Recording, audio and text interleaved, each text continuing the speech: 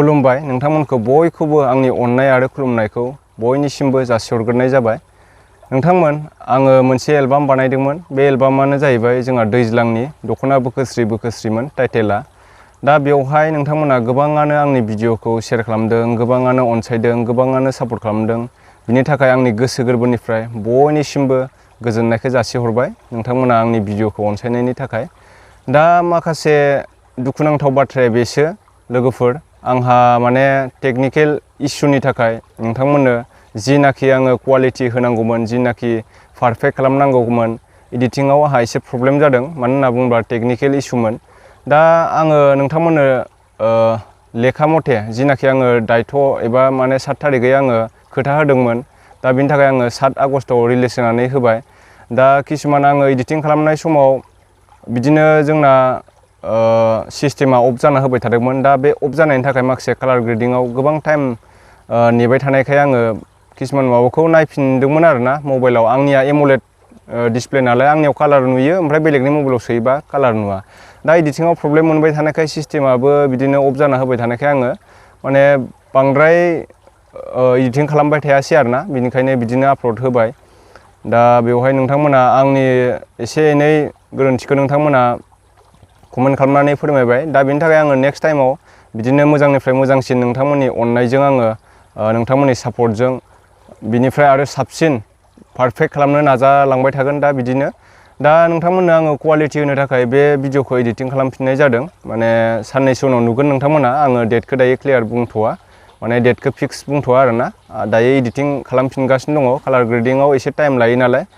दा जोङो इसिबां माने गुबुनफोरबायदि एक्सपिरियेन्स गोनांबो नङा नालाय एलबामफोराव। दा बानायदों सिगां समाव, थेवबो माने इसिबां माने क्वालिटी गोनां बानायनो हायाखै आरोना। दा बिनि थाखायनो एसे मोनसे मोननै भुल जायोब्लासो जोङो भुलनि गेजेरजों पारफेक्ट खालामनो हायो, नङा होमबा? दा बिनि थाखायनो आंबो नोंथांमोना जे आंखौ बुंबाय, नोंथांमोना बेफोरबायदिनो कमेन्ट खालामबाय। दा आंबो आंनि भुलखौ बुजिबाय आरोना, मायाव आंना गोरोन्थि जादों।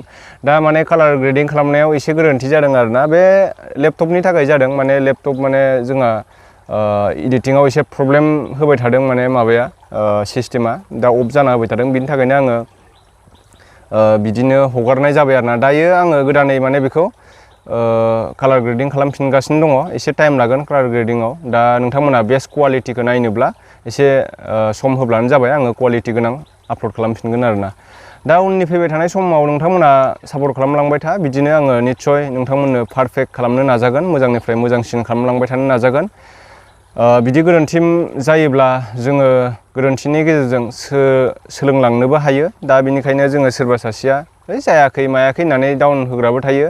दा बेफोरबायदि डाउन होनायनिफ्राय जोङो बेफोरखौ माने पारफेक्ट खालामनो नाजायोब्लासो थांनांगौ समसिम मोनहैनांगौ समसिम मोनहैनो हागोन आरोना। दा सोरबा सासेया नोंनि भिडिअआ जायाखै मायाखै होननानै बुंब्ला बेखौ बानायला आं दिनैनिफ्राय भिडिअ बेफोरबायदि सानोब्ला माने साक्सेसनि लामाखौ आं नुहुरा आरो।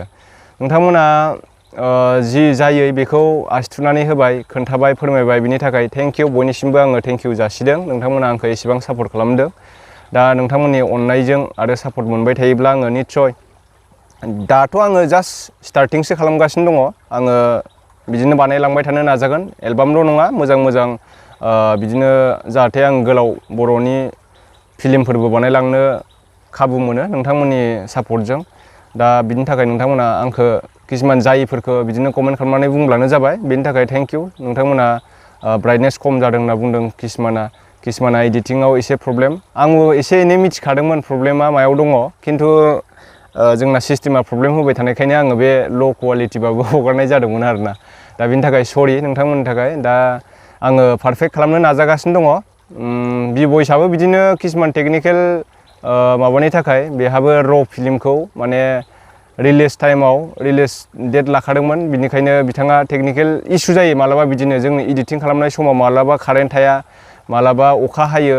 बिदिनो सिस्टेमफ्राबो मालाबा समाव बिदिनो स्टप जाना होयो, मालाबा हें जाना होयो। बिदिनो कम्पिउटारफ्राबो हें जायो, लेपटपफ्राबो हें जायो माब्लाबा समाव सिस्टेमा। दा बिनि थाखायनो जोङो टाइम होखाब्लाबो माने जोङो टाइम होखाब्लाबो मोजां माने क्वालिटी होनो हाया आरो। बिनि थाखायनो दा आङो भइस बायदि बिदिनो दिनै फैथ'ला होननानै बुंनायमोनब्ला केजानबा आंना भिडिअआ पारफेक्ट जाखागौमोन आं खेनसेनो।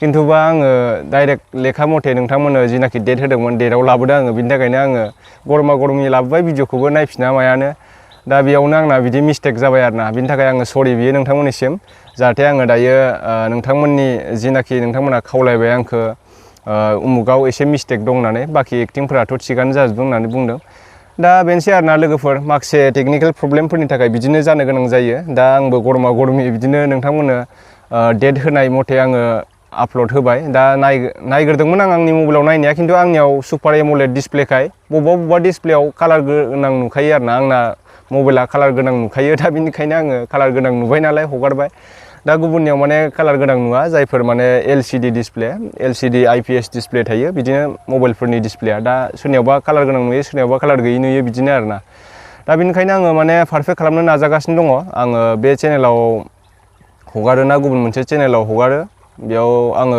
आपडेट होनानै होगोन आरोना दा आरो कभार भिडिअबो आं लाबोगासिनो दङ नोंथांमोना सापर्ट खालामब्लानो जाबाय आरो आंनि सं फैनो गोनां दंबावो मिउजिक एलबाम मोननै फैबावगोन आङो सङा रेडि जानानै दंखायो दा माब्ला थाखा फैसानिबो बाजेट दङ दा बे एलबाम बानायनायावबो आंहा गोबां खरसा जादों 30,000सोनि बारा खरसा जादों आरोना दा बेफोर खरसायाथ' फैफिना उननि बाथ्रा दा नोंथांमोना सापर्ट खालामबानो जाबाय जाहाथे नोंथांमोननि सापर्टजोंबो जोंबो माने एसे थुलुंगा मोनो आरोना भिडिअ बानायनो थाखाय दा नेक्स्ट टाइमाव जाहाथे आङो पारफेक्टनिफ्राय पारफेक्ट बानायलांबाय थानो हायो बेनि थाखाय बयनिसिमबो आङो मिजिंथिबाय थेंक इउ स' माच आंनि भिडिअखौ नायनायनि थाखाय ओमफ्रायसो मा होनो एसे बुंहरदो नों बुंनायानो जाखाबाय थेंक इउ लाभ इउ अल